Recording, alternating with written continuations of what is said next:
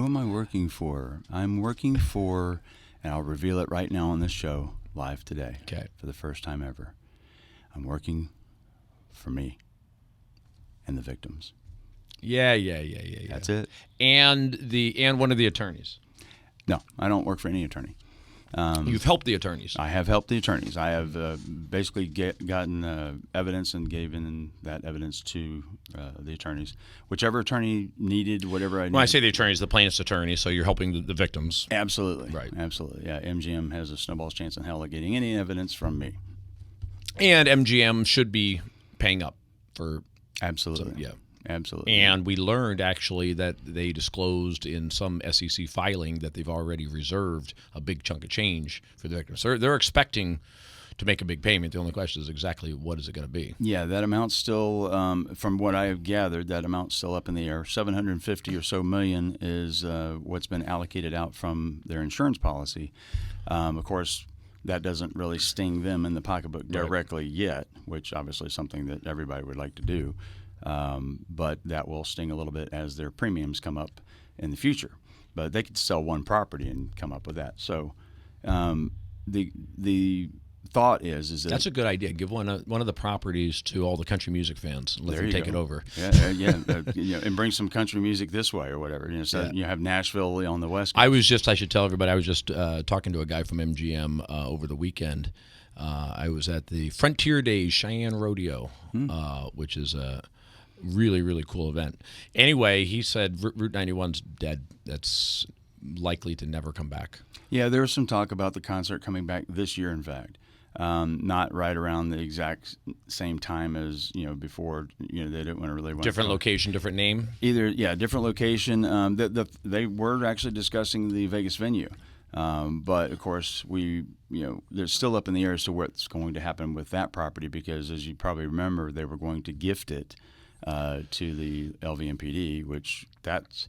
I think that got scuttled. That idea got scuttled. Yeah, that looked like they were working a little too hand in hand with Vegas police, which we know they have just a little bit.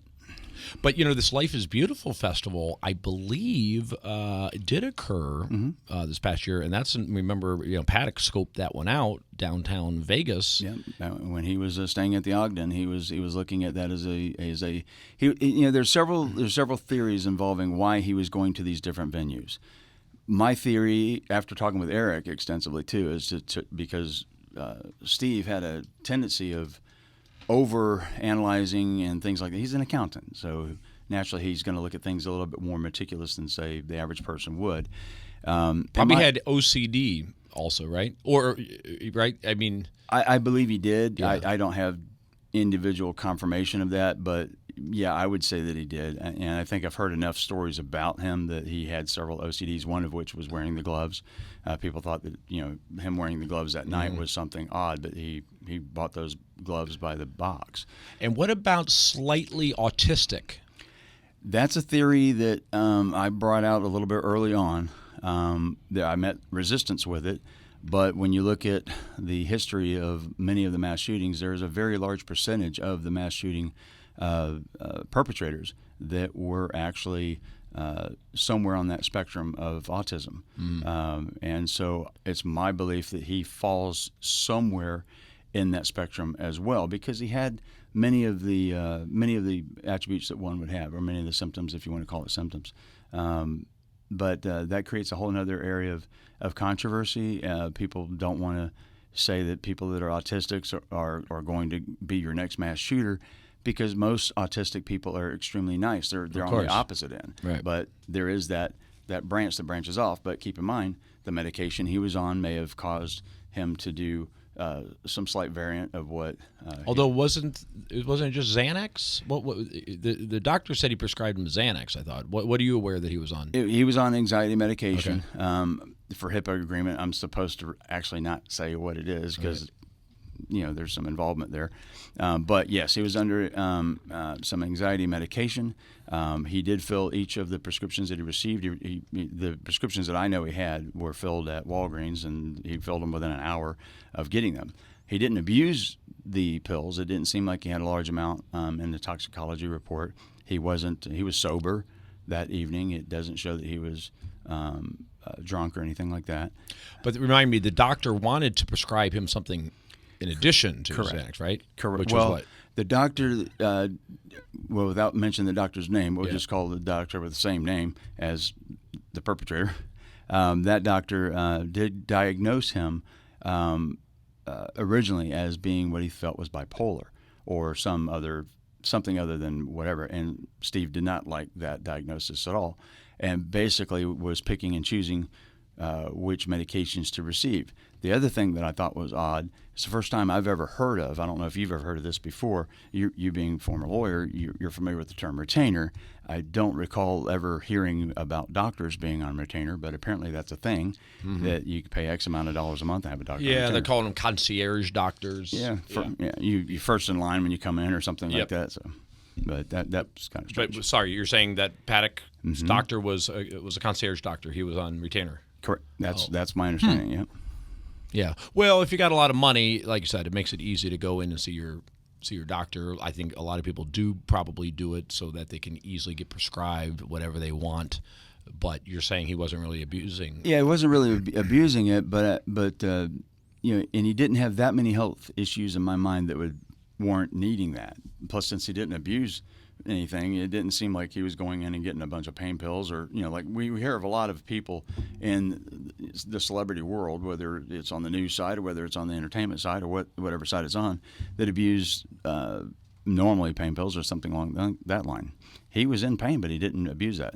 The other thing too was he had a heart condition, high blood pressure, and he could not take his high blood pressure medication. That was the reason why he lost his FAA license for flying his plane. That was his passion, was to fly a plane. When he lost that, of course, that was another precursor to some of his downfall mentally, as far as him being happy with life. So we were starting to talk about the theories as to why he checked out multiple locations. Mm-hmm.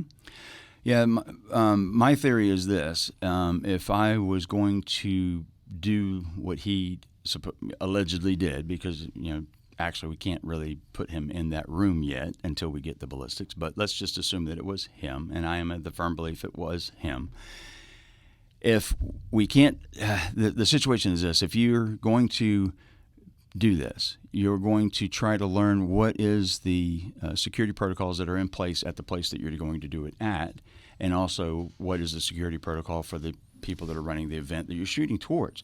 So he has two situations he's looking at. He's looking at the hotel, which he's in, and he's also looking at the situation of a concert, which is across the street or wherever it was. Each of the venues that he went to, he was always in a hotel looking at a concert.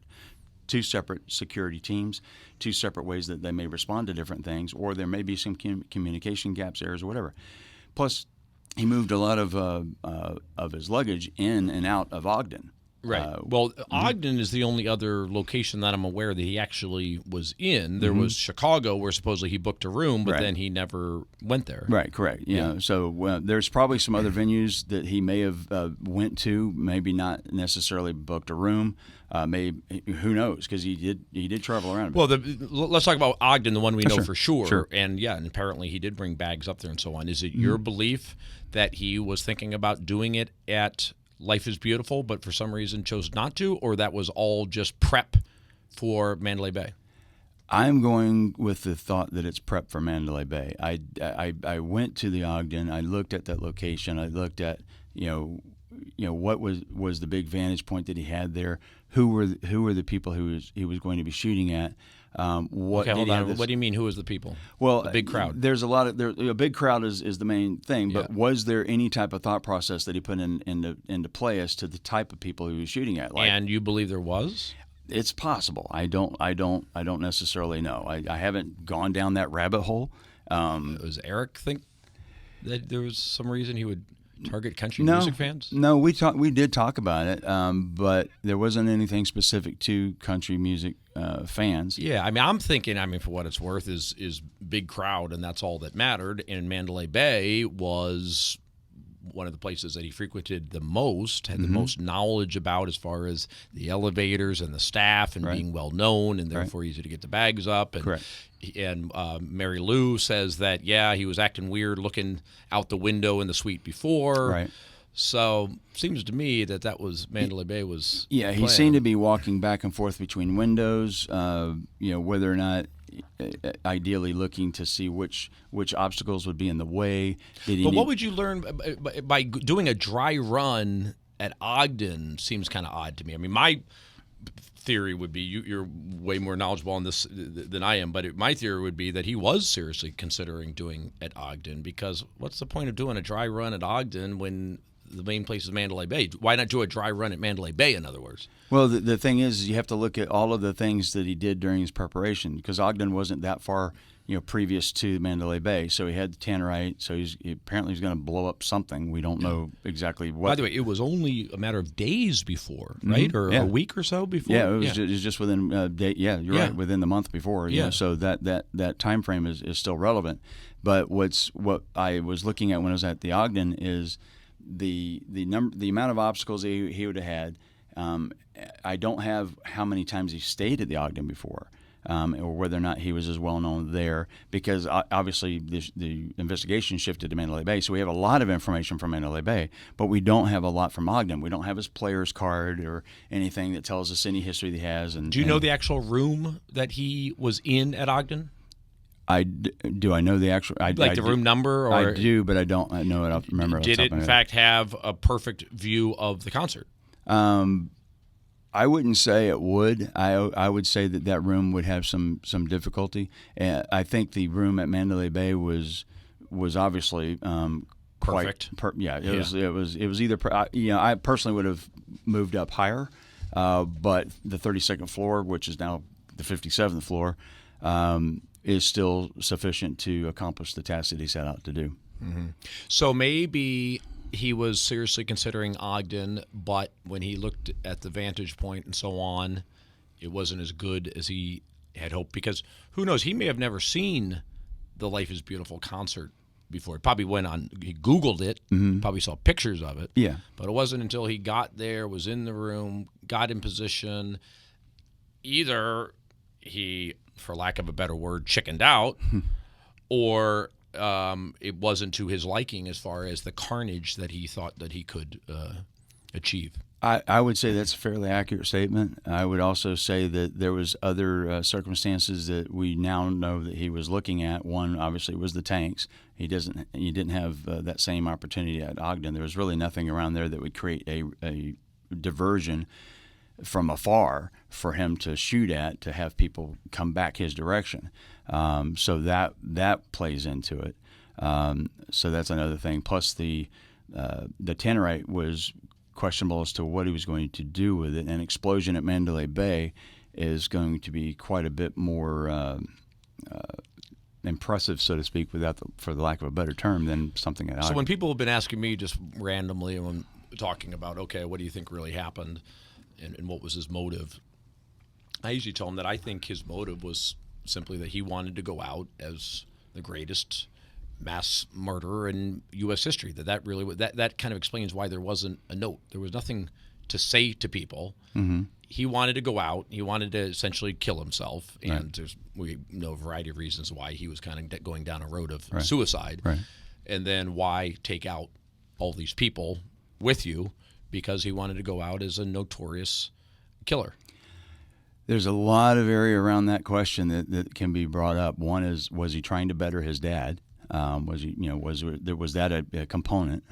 Which would have been kind of a subconscious thing, presumably. Very, very, very possible. There was some hatred there, I think, inside the family for the dad. That's pretty much a given. Maybe not hatred, might not be the right word, but there's obviously something there that would be an issue.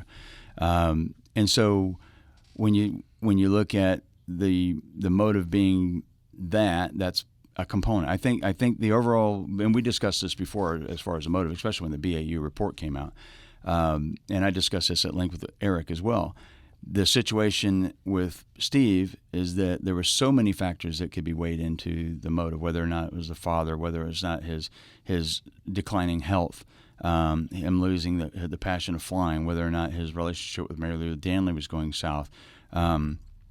all of these different his wealth evaporating. His wealth evaporating. Frustration with the casinos and then tightening machines on him. Exactly. He lost the lawsuit at a different casino, obviously.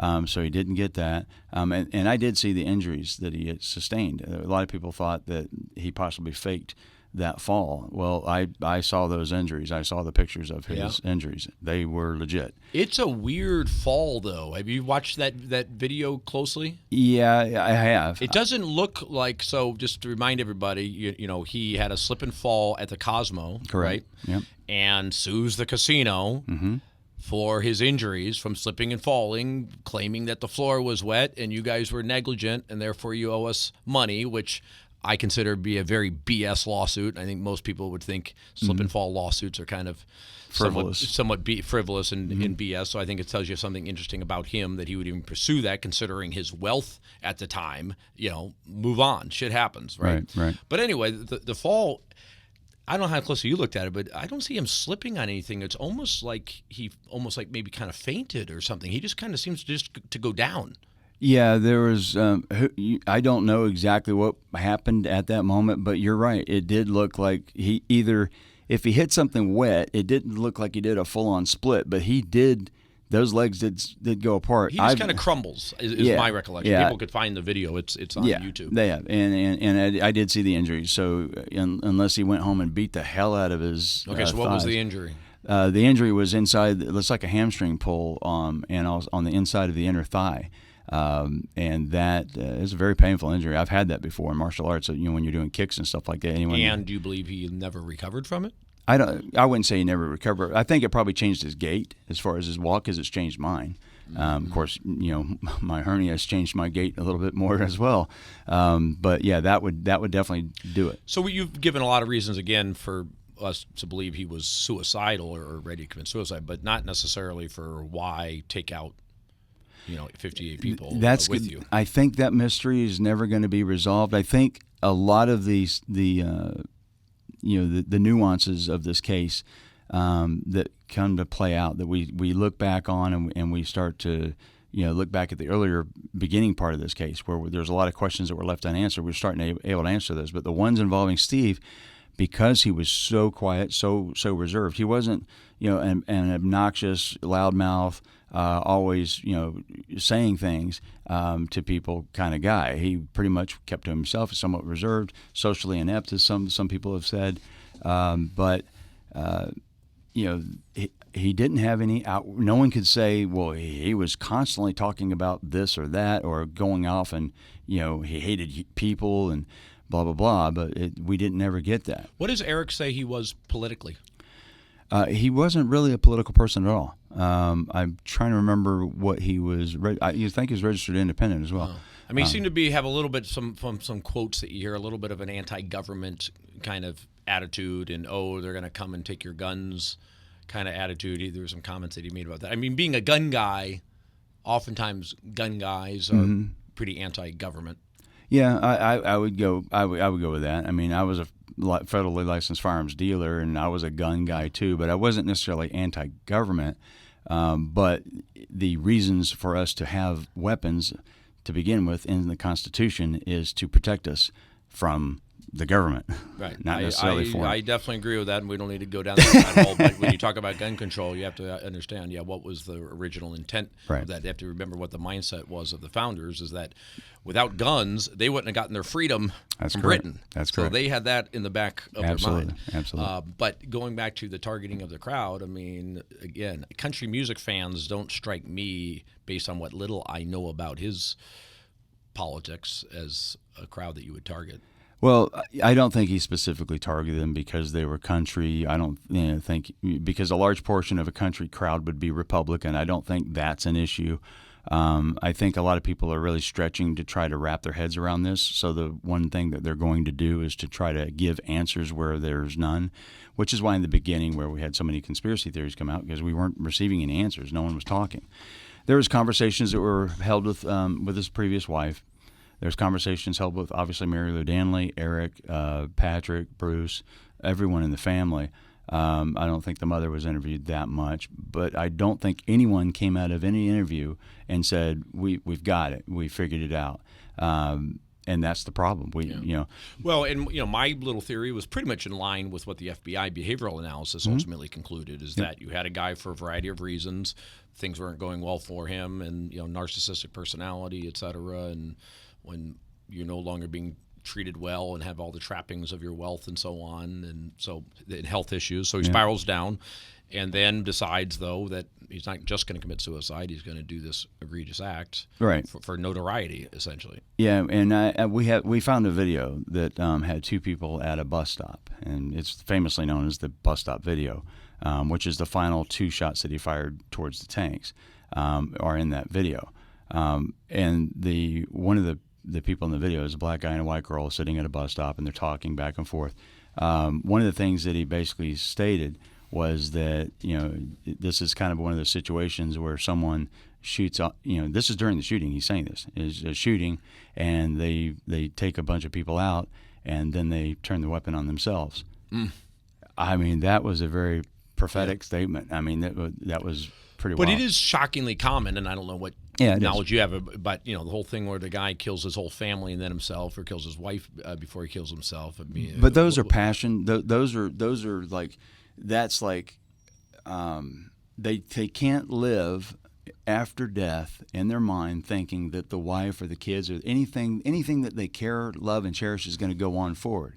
And so there's always weird thoughts that, okay, maybe if they kill them all, they'll all go to heaven together or something. You have these thoughts that most people don't even talk about. Well, let me ask you a question about those real quick. Sure. These murder-suicides. Yep. Is it typically that the person decides, I'm going to commit suicide, but I'm going to kill them first? Or is it that they kill them and then they're so aggrieved and just, it's that they then kill themselves too? Well, that mindset is hard to get into. And that's not my actual area of expertise, but based on my experience of doing profiling and things of that nature, yes, that's a component. It's a major component. And I think what happens is the person is thinking this out. That has to be a thought. If it's premeditated, if it's something, it's not like a crime of the moment. If it's something where they've been thinking about this for a while, they go out and they buy the weapons, and over time they're mentally getting ready for it, then yeah, they're preparing to take their own lives as well. I think when people do this is my opinion, is if someone goes into their own family room and just starts shooting everybody, they don't think, oh, what have I done? Oh no, I'm going to get caught. Let me just take myself out. I don't think that's a thought. I think it's just... You think it was premeditated, I'm going to kill them, then I'm going to kill myself. I think that's the majority of the cases, how that works. Okay, well, let's start digging into some of the specifics. You're talking about the shots at the tanks. Mm-hmm. What did you want to reveal to everybody about what your investigation shows as far as him targeting the huge gas tanks by the airport to create some huge explosion? Yeah. Well, my first stop when I came to Vegas was literally I drove to Vegas and drove straight to the tanks. That was my first thing. Went over there. I wanted to get pictures before they repaired the holes. I wanted to get close enough to it so I could see if the incendiary heads were used, all these different things. And I looked at the pattern, and then at that time we didn't know when the shots were taken. A lot of people were of the belief that the shots towards the tanks were the very first shots taken. And then there was another camp that believed they were being shot into the VIP section because obviously people were shot in those first rounds of shots. But we didn't really have a lot of this information at that time. So I was looking at the tanks, and I started to realize as I turned back around, looked at Mandalay Bay, I knew what type of weapons he probably was using. We didn't really have that list yet. We kind of had a list, but we weren't really sure which one were used where. And I started to think, there is no way in hell anybody can miss this target. This is a huge target. If someone's going to practice or has premeditated this for over a year and has gone out and practiced shooting these 308s, they know, what settings to put on that scope to shoot this. There was no heavy wind that night. It was 5 to 9 miles an hour. I'm sorry. I thought that he did hit it. Oh, he did. He did. Oh, so sorry. Okay. But he wasn't shooting at them. Not necessarily directly. So here's how the shots came out. Here, I'll get. Okay. Let me play this out. At around 10:08 is when he actually started firing at the tanks. He was in room 134. Assuming this is Paddock again. He was in room 134. He picked up a 308 and started firing. He missed the first shot. He missed the second shot. He missed the third shot. He missed the fourth shot. On the 5th and the 6th shot, he hits, but in odd locations of the tank, and it was just the left tank. If you're shooting, the right tank would technically be a little closer, but he wasn't shooting apparently at the right tank. The reason why we know where he was shooting in all of this is because a Uber driver was there, and there was a sound recording from that Uber driver. Sorry, so it was a particular rifle that he was using to shoot at the tanks? Yes.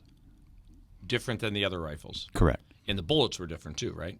Correct. These are what do they call the explosive bullets? There's still some controversy as to the bullets because the Hague case, which is still going on, as to which exact bullets he was shooting at the tanks. My understanding is they were incendiary because anyone looking at the hit on the center of the left tank, you can see that something obviously hit it that was burning because that the way the hit came out, you could see the burn marks from it. So based on the timing, you're saying that you believe he was shooting at the tanks at 10:08? Yes, he was shooting at the tanks at 10:08. That's been confirmed. That's confirmed That's by confirmed. Vegas Police, FBI? FBI confirmed that. So he starts, because by that's 3 minutes into the shooting. Correct. So he had already been spraying bullets into the crowd? Correct. Now he'd already... And then gets a totally different weapon? Yep.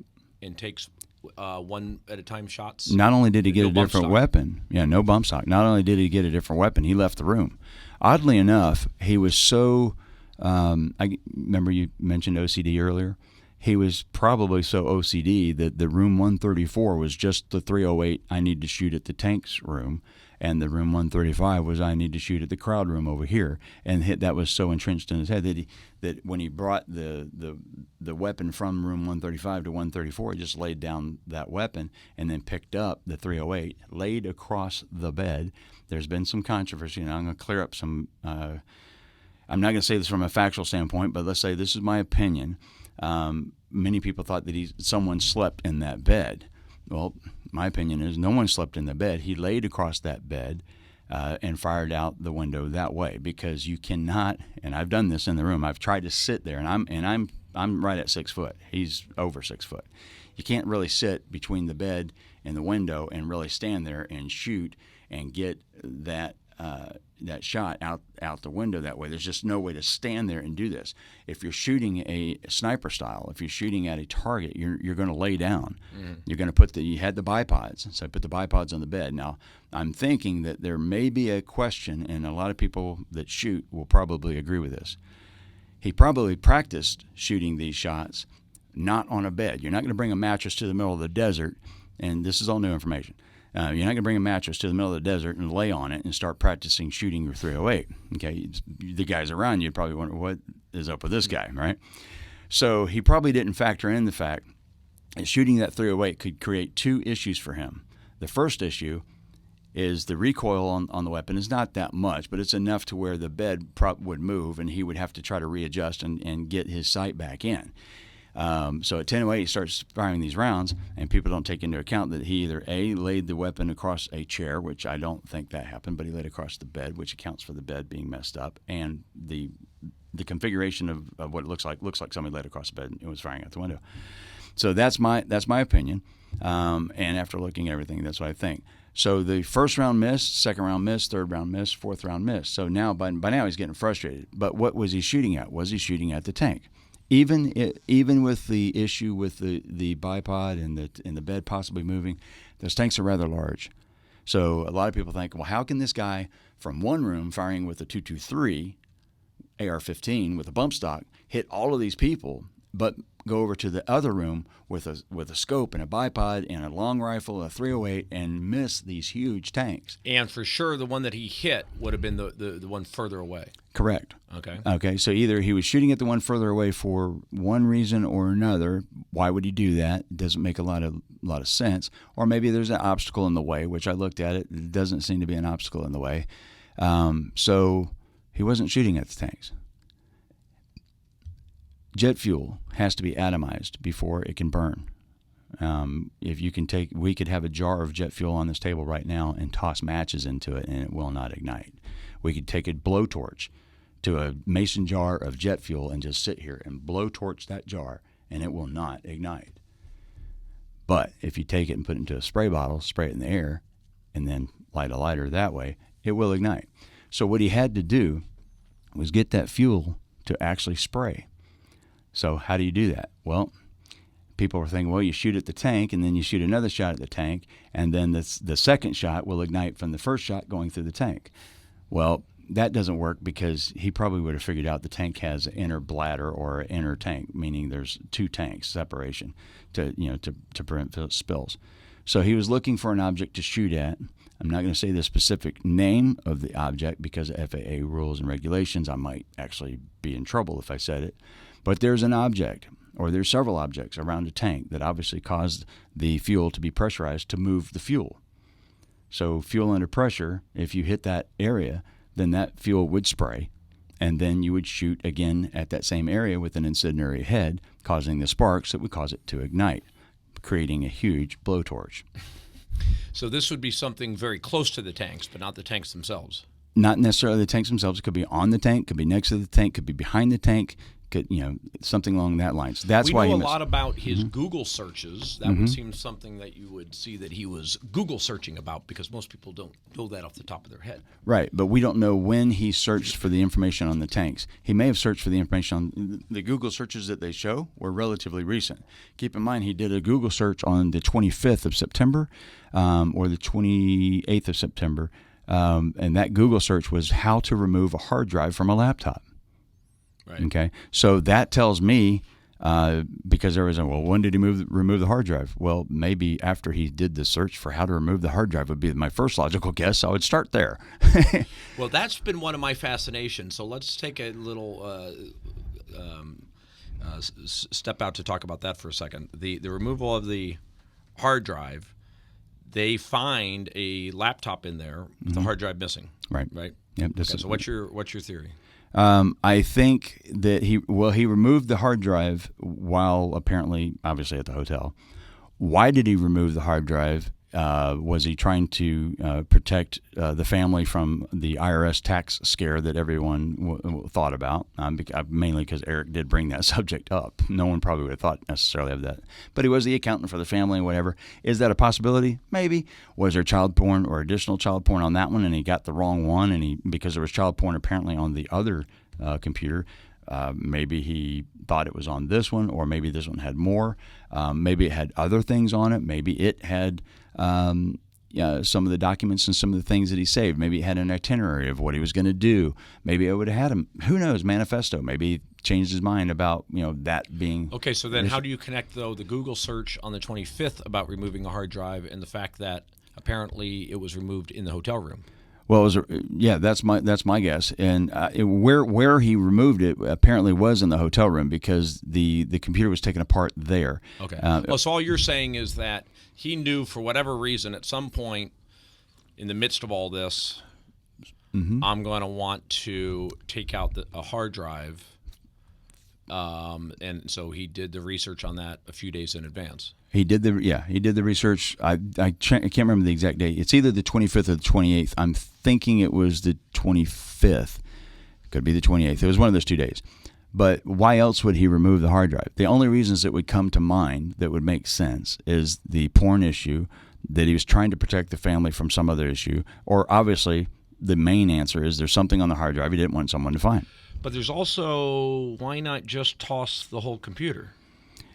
Well, it's a lot easier to get rid of a hard drive than it is a whole computer. Yeah, but I mean, to go through the process of having to research how to remove a hard drive and figuring all that out as opposed to just dumping the computer. Because look, the hard drive was dumped somewhere, presumably. Mm-hmm. And if you find a hard drive, you can see what's on it. Mm-hmm. So the mere fact that you remove it from a computer doesn't destroy it. Right. Unless you took a sledgehammer to it. Well, my understanding from talking with Eric and getting into the mindset of Steve is that the following possibility might exist. And I'm going to use the exact words that Eric told me. Maybe he was just fucking with people. And those were the exact words. And maybe he took the hard drive out just to do that.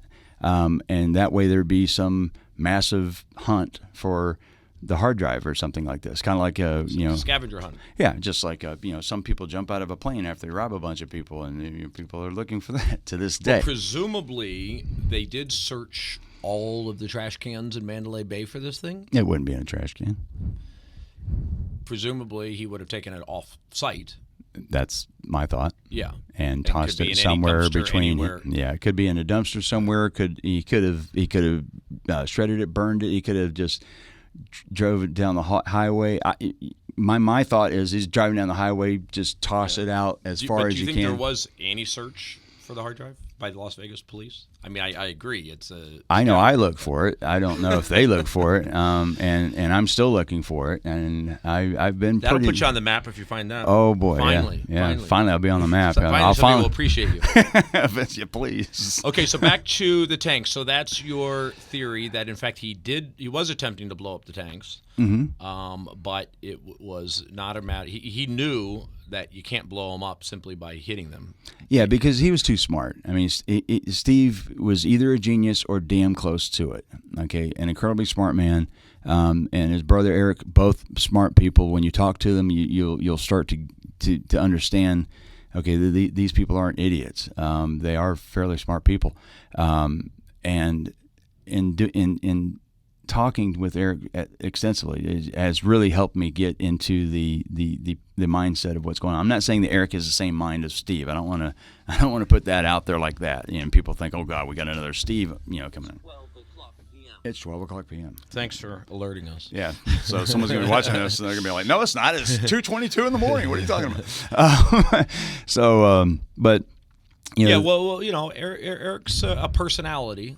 He is. Eric's a character in his own right, and Eric did something. And he has said some slightly kind of questionable or disturbing. Well, he did that in the beginning, from what he told me, and from what I can basically believe, because I kind of do the same thing in a roundabout way, and I'll explain that in detail later if necessary. But Eric wanted to take a lot of the heat off the rest of the family, so naturally, to keep the attention of the media towards him, you come out into your front yard and you give him a show. I don't want to say a show like he was full on acting or whatever, but you try to keep that attention on yourself as best you can, and that way they're not out trying to get the mom. He doesn't seem as sensitive about the victims as you would expect, and that's and maybe in that sense is why you're saying that in no way obviously are we lumping Eric in with Stephen, but as far as personality, that little bit of indifference or coldness. I think part of that has to do with how the family unit is.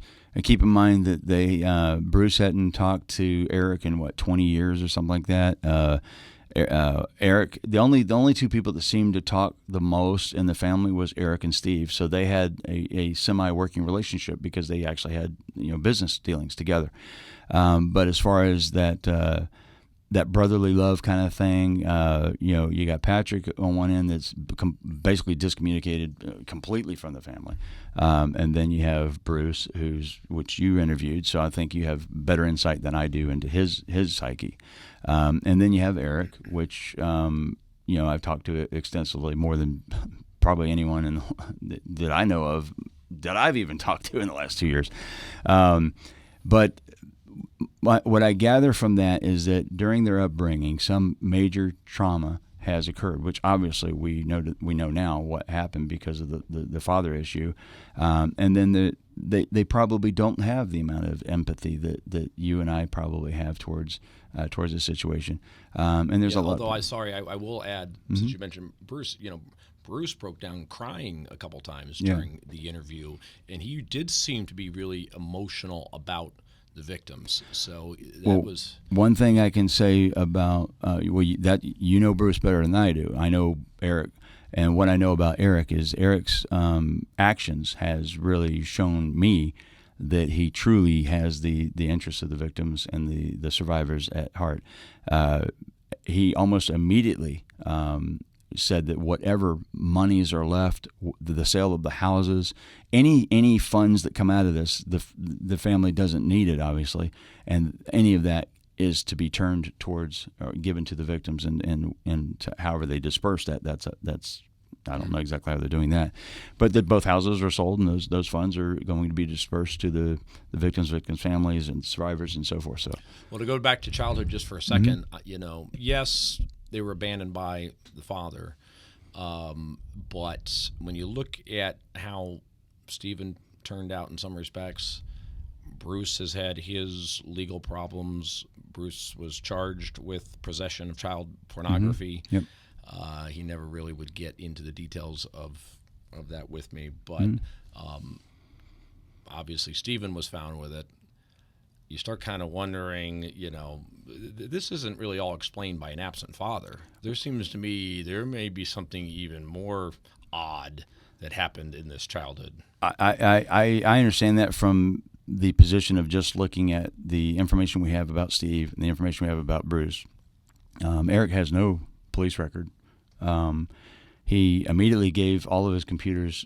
He voluntarily gave the computers to the FBI. He did not even wait for them to request it. He literally just said, "Here you go." Look, I mean, some children survive a very poor upbringing, others succumb to it, right? So, the mere fact that Eric turned out okay and the other two perhaps not. I mean, in particular, I point to the child porn thing. That's very odd to me. I mean, I don't know. You've probably never spoken to Mom.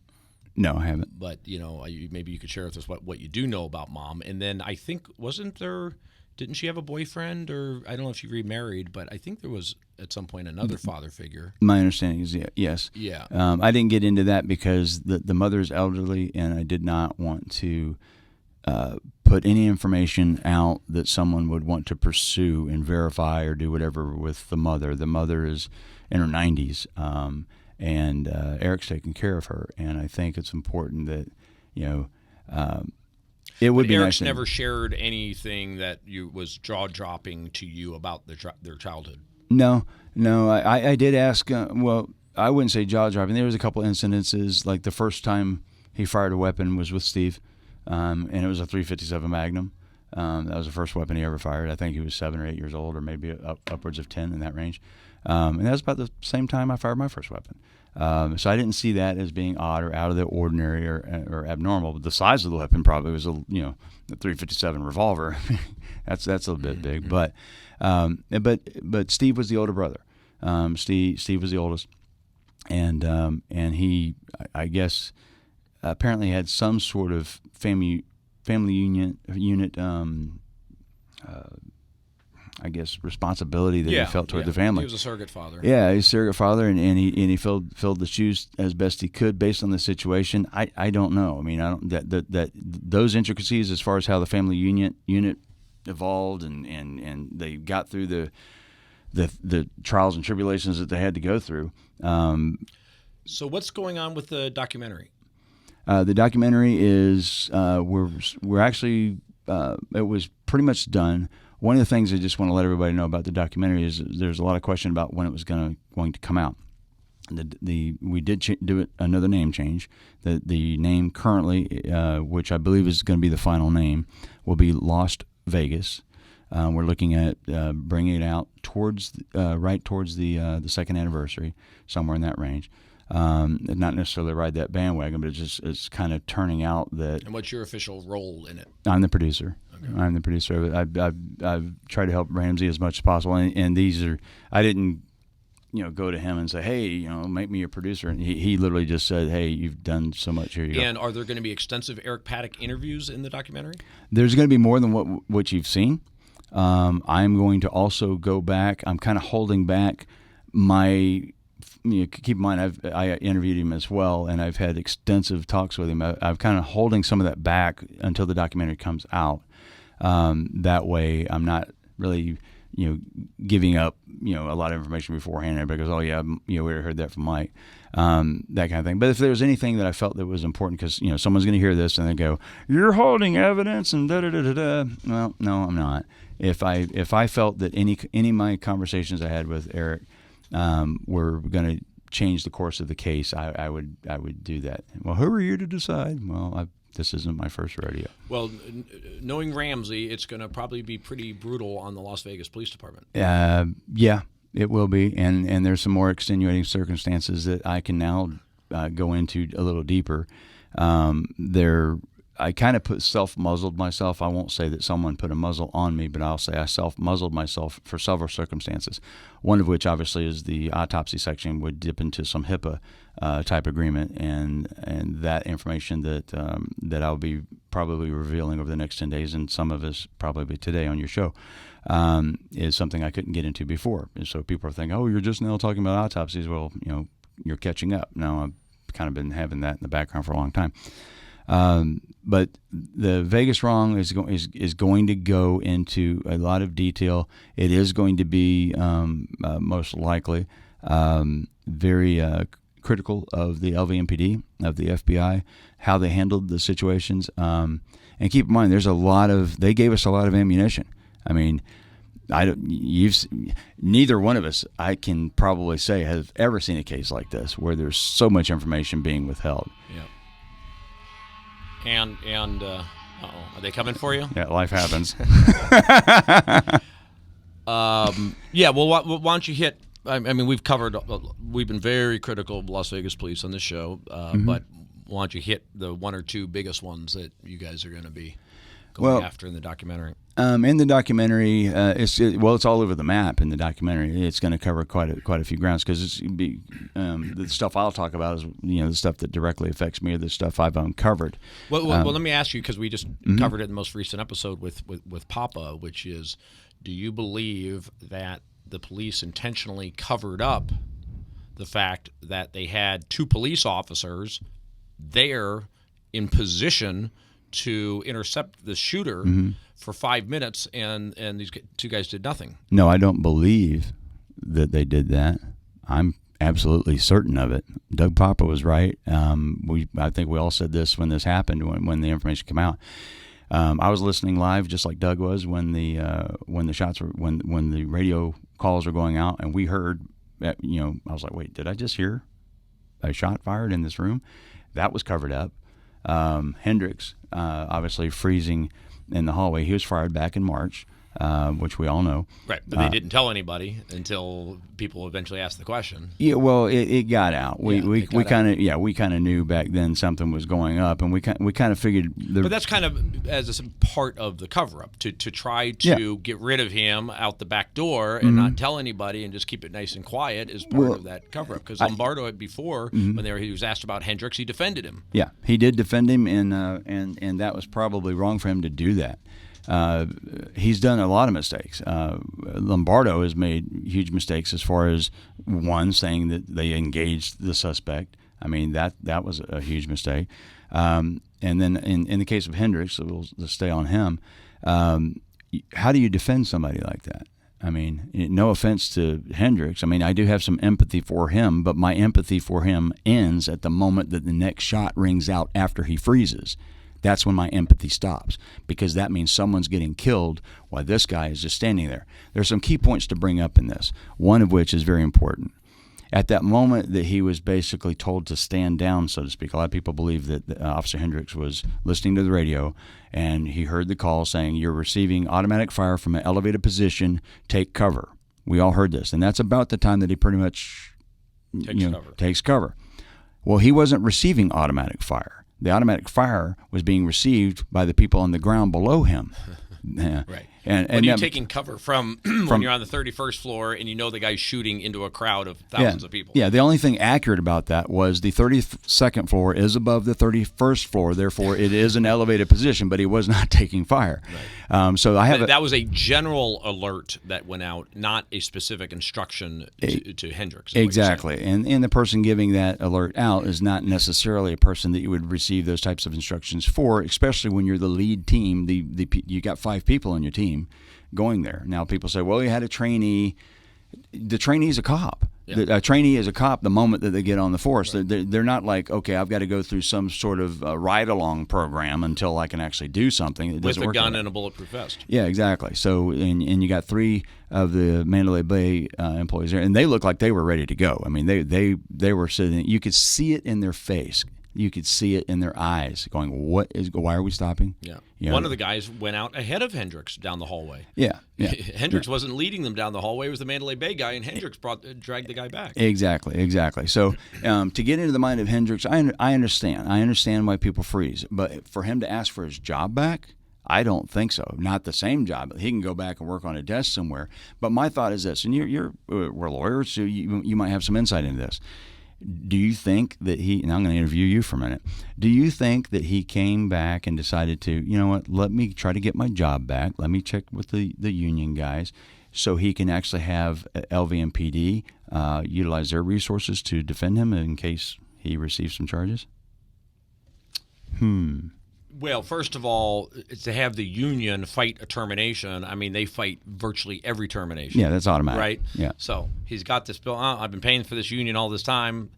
He's probably looking for a settlement from Las Vegas police. Yep. Now, and part of that settlement could be that, yes, I'm indemnified from prosecution. Now, that area of the law, it's very difficult to sue the police for failure to protect, and that also pertains to police officers. So I'm not sure. It would be very difficult to come up with a theory to hold him personally liable. And then you have to look at it from, is it a criminal act that would go after him on or civil? Intentional. Yeah, it had to be intentional.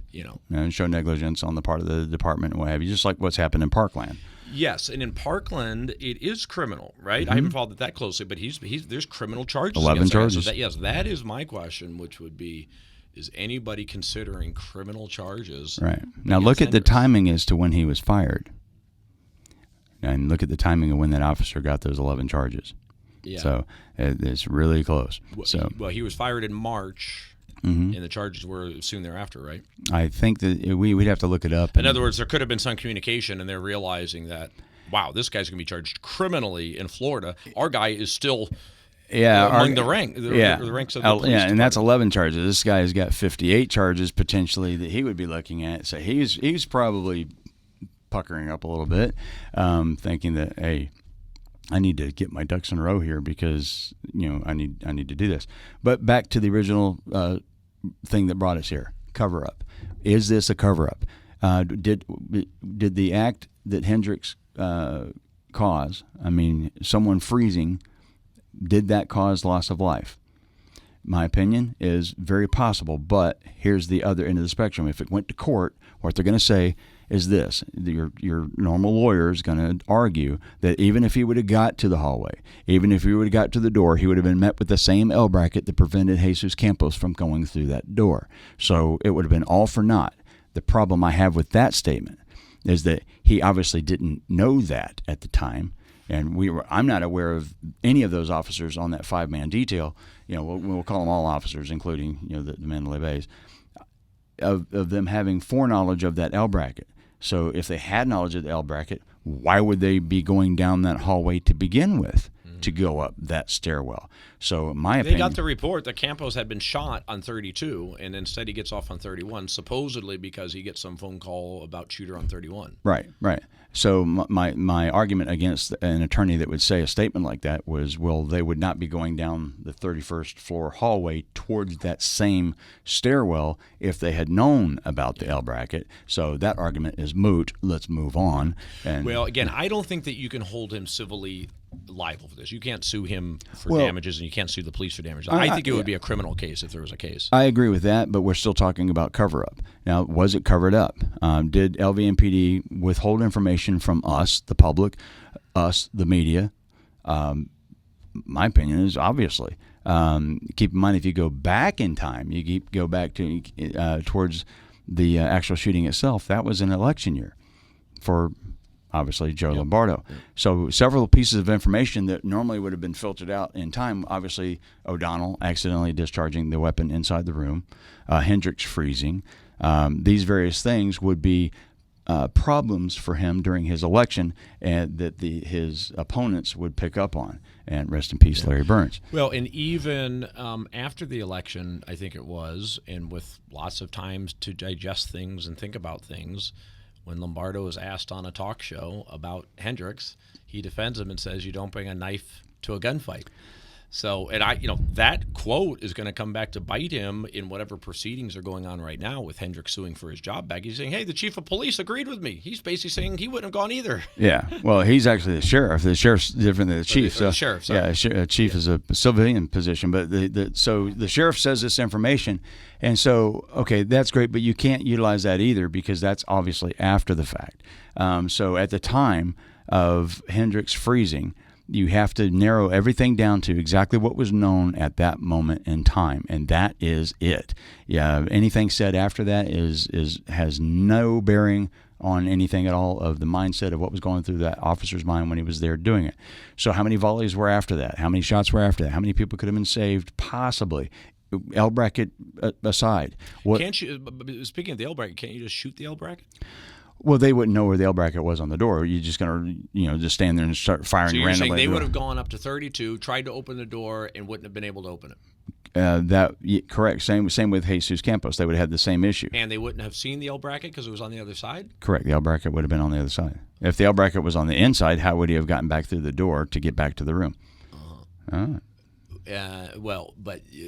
He was with 5 people. I don't know how strong an L bracket is, but you can't knock down an L bracket with 5 people ramming the door. They wouldn't have known what was blocking the door. Well, they would have known that it was not opening. Right. They would. So they would have then put Pounded whatever the door. force they could on that door to Agreed. open it. Absolutely agreed. I know what I would have done.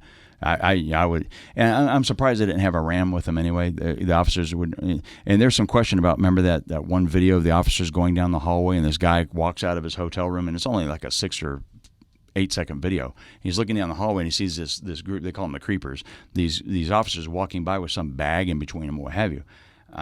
People think, well, there's a body in the bag or there's this in the bag or whatever. I'm thinking there's probably just a ram in the bag, one of those big door rams, because these doors are huge, metal doors, or metal and wood doors to get through.